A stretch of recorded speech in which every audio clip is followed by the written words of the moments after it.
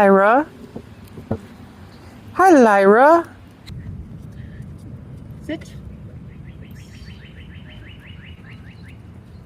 Sit. This way. Sit. Sit. Well, fun fact, Lyra, this way. Come. Sit. If a dog can learn, sit, patterns of association with reward-based methods, they can also learn to avoid and escape aversives. It's just a pattern, a nuanced pattern to them.